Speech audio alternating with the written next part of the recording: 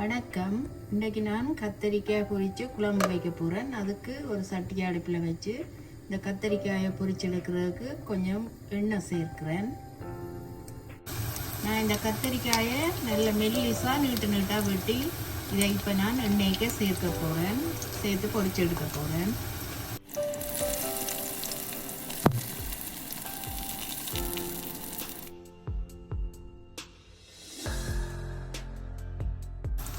இப்போ இந்த கத்தரிக்காய் நல்ல பொன்னிறமாக பொரிஞ்சு வந்துட்டுது. இந்த கத்தரிக்காயை நல்ல பொரிஞ்ச அப்புறம் தான் எடுக்கணும், இல்லாட்டி கலந்து இருக்கும் மாதிரியே பொரிஞ்சிருந்தா. இப்போ இந்த பதத்தில் இது எடுக்கலாம். நாங்கள் வெட்டி வச்சிருக்கிற மிச்ச கத்தரிக்காயை நான் இப்போ பொரிச்சு எடுக்க போகிறேன்.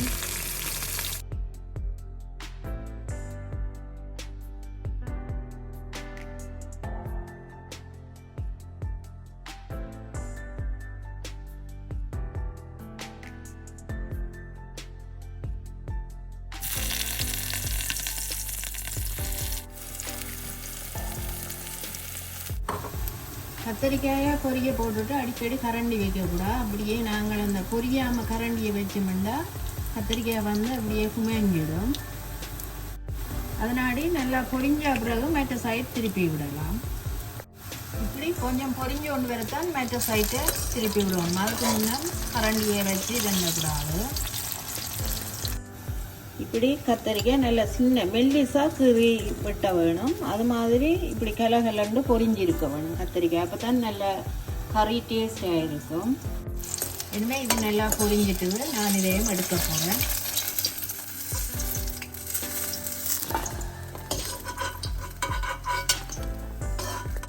நான் இந்த கத்தரிக்காய் பொரிச்ச எண்ணெயை சேர்க்காம நான் அதே சட்டிக்கு கொஞ்சம் நல்லெண்ணெய் சேர்க்கிறேன் இந்த குழம்பை வைக்கிறதுக்கு. இப்போ எண்ணெய் கொதிச்சிட்டு கடுகு சேர்ப்போம், பெருஞ்சீரகம் சேர்ப்போம், கொஞ்சமாக சின்ன சீரகம் சேர்ப்போம். இப்போ ரொம்ப சேர்ப்போம். வெட்டி வச்சிருக்கிற உள்ளியை சேர்ப்போம்.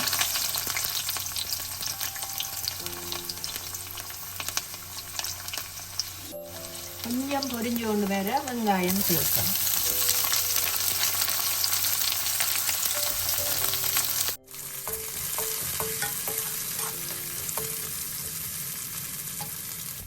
திரும்ப நாங்கள் கருவேப்பிலையை சேர்ப்போம்.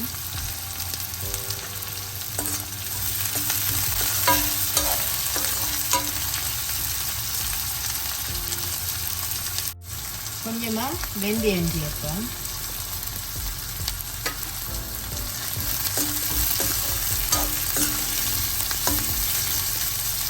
இப்போ 2-3 பச்சை மிளகாய் கீறி வச்சிருக்கிறேன், அதை சேர்ப்பேன்.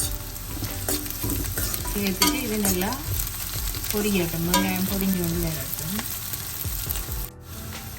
இந்த வெங்காயம் உள்ளி எல்லாம் நல்லா பொன்னிறமாக பொரிஞ்சு கொண்டு வந்துட்டு இந்த நேரத்தில் நான் ஒரு தக்காளி வெட்டி வச்சிருக்கிறேன், அதை இதுக்கு சேர்க்க போகிறேன்.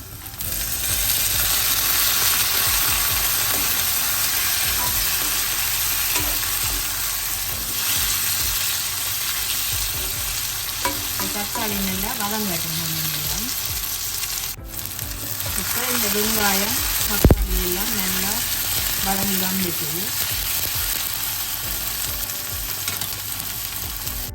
இனிமேல் இதுக்களவான உப்பை சேர்ப்போம்.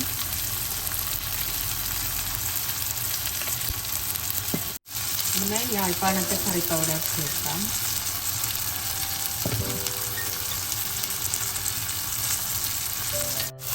இனிமேல் இதோட கரைச்சி வச்சிருக்கிற புளியை சேர்ப்போம்.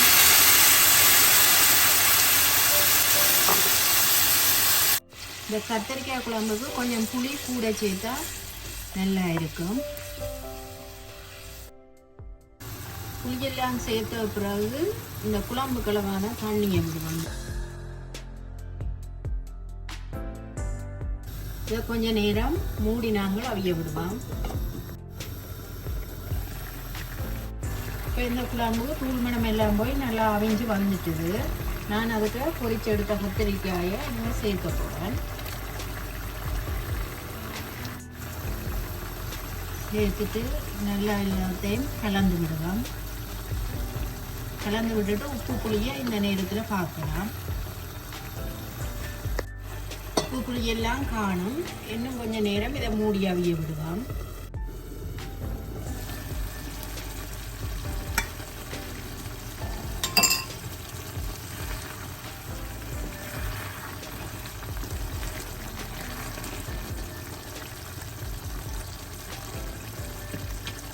இனிமேல் நாங்கள் இதுக்கு தேங்காய் பால் கொஞ்சம் கரைச்சி வச்சிருக்கிறேன், அதை விட போகிறேன்.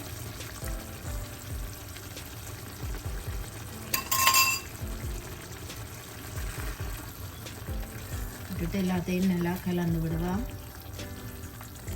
இந்த தேங்காய் பால் விட்ட பிறகு மூடி விட்டுட்டு 2 நிமிஷம் அடுப்பை குறைச்சி அவிய விடுவோம்.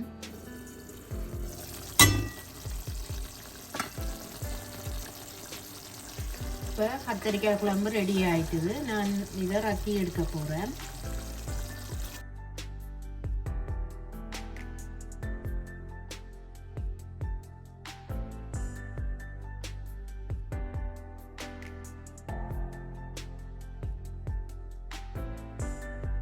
நான் இந்த கத்தரிக்காய் பொரிச்சு குழம்பு வச்சு எடுத்துட்டேன். இது ஒரு அரை மணி தியாலத்திலேயே செய்து எடுக்கலாம் இந்த குழம்பை. இது சோறோட வெள்ளை புட்டோட சாப்பிட நல்ல டேஸ்டாக இருக்கும். அது நல்லெண்ணெயில் பொரிச்சு எடுத்து வச்சா நல்லா இருக்கும். இந்த ரெசிபி உங்களுக்கு பிடிச்சிருந்தா எங்களோட சேனலுக்கு ஆதரவு தாங்கோ. நன்றி.